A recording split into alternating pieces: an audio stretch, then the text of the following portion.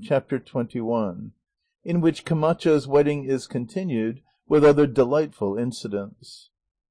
While Don Quixote and Sancho were engaged in the discussion set forth the last chapter, they heard loud shouts and a great noise, which were uttered and made by the men on the mares as they went at full gallop, shouting, to receive the bride and bridegroom, who were approaching with musical instruments and pageantry of all sorts around them, and accompanied by the priest and the relatives of both, and all the most distinguished people of the surrounding villages. When Sancho saw the bride, he exclaimed, "By my faith, she is not dressed like a country girl, but like some fine court lady. Egad, as well as I can make out, the patena she wears is rich coral, and her green Cuenca stuff is 30-pile velvet, and then the white linen trimming, by my oath, but it's satin! Look at her hands, jet rings on them! May I never have luck if they're not gold rings, and real gold, and set with pearls as white as a curdled milk, and every one of them worth an eye of one's head. Horse and baggage, what hair she has! If it's not a wig, I never saw longer or fairer all the days of my life. See how bravely she bears herself, and her shape! Wouldn't you say she was like a walking palm tree loaded with clusters of dates? For the trinkets she has hanging from her hair and neck look just like them. I swear in my heart she is a brave lass, and fit to pass over the banks of Flanders." Don Quixote laughed at Sancho's boorish eulogies, and thought that, saving his lady Dulcinea del Toboso, he had never seen a more beautiful woman. The fair Quiteria appeared somewhat pale, which was, no doubt, because of the bad night brides always pass dressing themselves out for their wedding on the morrow. They advanced towards a theatre that stood on one side of the meadow, decked with carpets and boughs, where they were to plight their troth, and from which they were to behold the dances and plays. But at the moment of their arrival at the spot they heard a loud outcry behind them, and a voice exclaiming, "Wait a little, ye, as inconsiderate as ye are hasty." At these words all turned round, and perceived that the speaker was a man clad in what seemed to be a loose black coat, garnished with crimson patches like flames. He was crowned, as was presently seen, with a crown of gloomy cypress, and in his hand he held a long staff. As he approached he was recognized by everyone as the gay Basilio, and all waited anxiously to see what would come of his words, in dread of some catastrophe in consequence of his appearance at such a moment. He came up at last, weary and breathless, and planting himself in front of the bridal pair, drove his staff, which had a steel spike at the end, into the ground, and, with a pale face and eyes fixed on Quiteria, he thus addressed her in a hoarse trembling voice: "Well dost thou know, ungrateful Quiteria, that according to the holy law we acknowledge, so long as live thou canst take no husband, nor art thou ignorant either that in my hopes that time and my own exertions would improve my fortunes, I have never failed to observe the respect due to thy honour, but thou, casting behind thee all thou owest to my true love, wouldst surrender what is mine to another, whose wealth serves to bring him not only good fortune, but supreme happiness. And now to complete it, not that I think he deserves it, but inasmuch as heaven is pleased to bestow it upon him, I will with my own hands do away with the obstacle that may interfere with it, and remove myself from between you. Long live the rich Camacho! Many a happy year may he live with the ungrateful Quiteria! And let the poor Basilio die, Basilio whose poverty clipped the wings of his happiness and brought him to the grave." And so saying, he seized the staff he had driven into the ground, and leaving one half of it fixed there, showed it to be a sheath that concealed a tolerably long rapier, and, what may be called its hilt being planted in the ground, he swiftly, coolly, and deliberately threw himself upon it, and in an instant the bloody point and half the steel blade appeared at his back, the unhappy man falling to the earth bathed in his blood, and transfixed by his own weapon.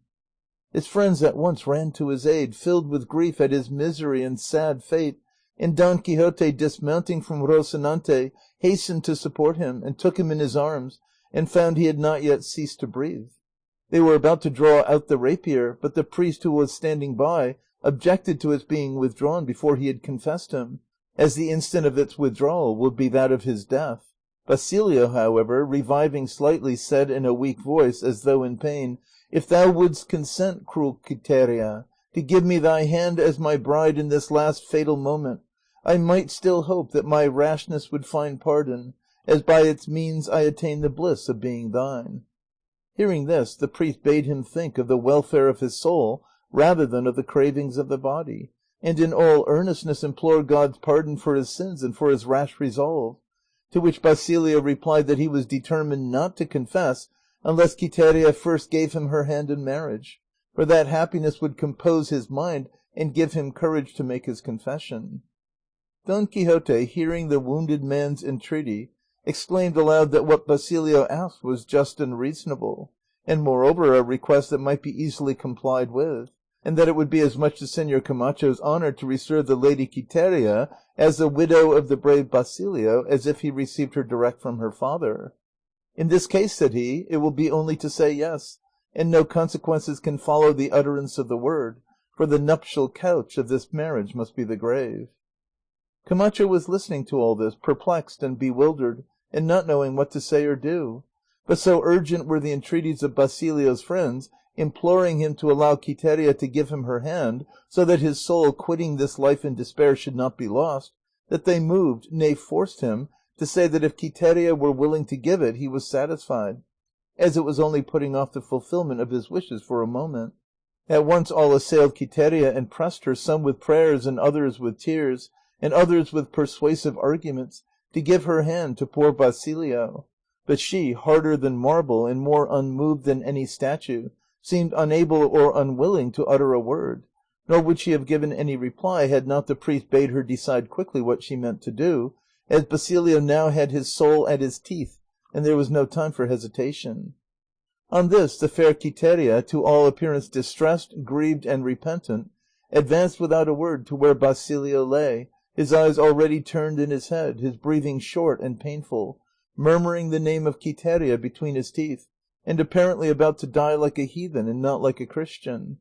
Quiteria approached him, and kneeling, demanded his hand by signs without speaking. Basilio opened his eyes, and gazing fixedly at her said, "O Quiteria, why hast thou turned compassionate at a moment when thy compassion will serve as a dagger to rob me of life? For I have not now the strength left either to bear the happiness thou givest me in accepting me as thine, or to suppress the pain that is rapidly drawing the dread shadow of death over my eyes. What I entreat of thee, O thou fatal star to me, is that the hand thou demandest of me and wouldst give me be not given out of complaisance or to deceive me afresh, but that thou confess and declare that without any constraint upon thy will thou givest it to me as to thy lawful husband, for it is not meet that thou shouldst trifle with me at such a moment as this, or have recourse to falsehoods with one who has dealt so truly by thee." While uttering these words he showed such weakness that the bystanders expected each return of faintness would take his life with it. Then Quiteria, overcome with modesty and shame, holding in her right hand the hand of Basilio, said, "No force would bend my will. As freely, therefore, as it is possible for me to do so, I give thee the hand of a lawful wife, and take thine, if thou givest it to me of thine own free will, untroubled and unaffected by the calamity thy hasty act has brought upon thee." "Yes, I give it," said Basilio, "not agitated or distracted, but with unclouded reason that heaven is pleased to grant me, thus do I give myself to be thy husband." "And I give myself to be thy wife," said Quiteria, "whether thou livest many years, or they carry thee from my arms to the grave." "For one so badly wounded," observed Sancho at this point, "the young man has a great deal to say. They should make him leave off billing and cooing, and attend to his soul, for to my thinking he has it more on his tongue than at his teeth." Basilio and Quiteria having thus joined hands, the priest, deeply moved and with tears in his eyes, pronounced the blessing upon them, and implored heaven to grant an easy passage to the soul of the newly wedded man, who, the instant he received the blessing, started nimbly to his feet, and with unparalleled effrontery pulled out the rapier that had been sheathed in his body. All the bystanders were astounded, and some, more simple than inquiring, began shouting, "A miracle! A miracle!" But Basilio replied, "No miracle, no miracle, only a trick, a trick." The priest, perplexed and amazed, made haste to examine the wound with both hands, and found that the blade had passed not through Basilio's flesh and ribs, but through a hollow iron tube full of blood, which he had adroitly fixed at the place, the blood, as was afterwards ascertained, having been so prepared as not to congeal. In short, the priest and Camacho and most of those present saw they were tricked and made fools of.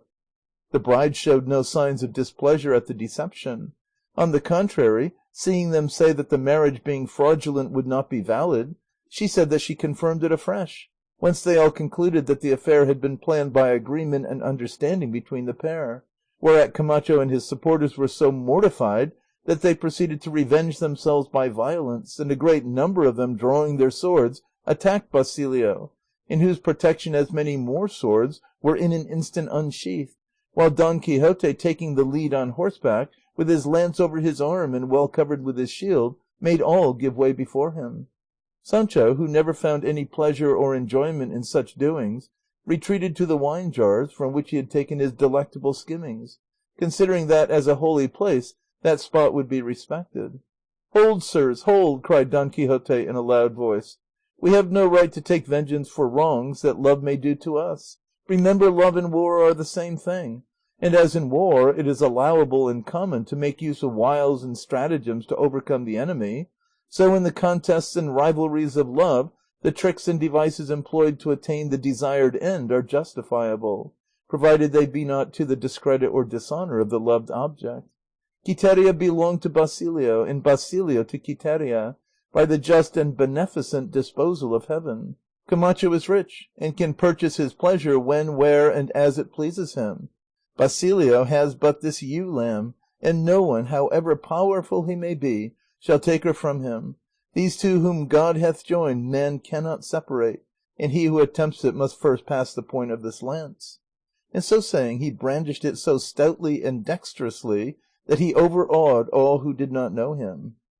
But so deep an impression had the rejection of Quiteria made on Camacho's mind, that it banished her at once from his thoughts, and so the counsels of the priest, who was a wise and kindly disposed man, prevailed with him, and by their means he and his partisans were pacified and tranquillized, and to prove it put up their swords again, inveighing against the pliancy of Quiteria rather than the craftiness of Basilio, Camacho maintaining that if Quiteria as a maiden had such a love for Basilio, she would have loved him too as a married woman, and that he ought to thank heaven more for having taken her than for having given her.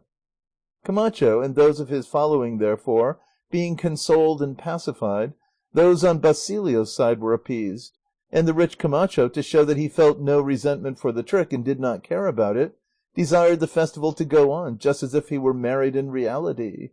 Neither Basilio, however, nor his bride, nor their followers would take any part in it, and they withdrew to Basilio's village, for the poor, if they are persons of virtue and good sense, have those who follow, honour, and uphold them, just as the rich have those who flatter and dance attendance on them.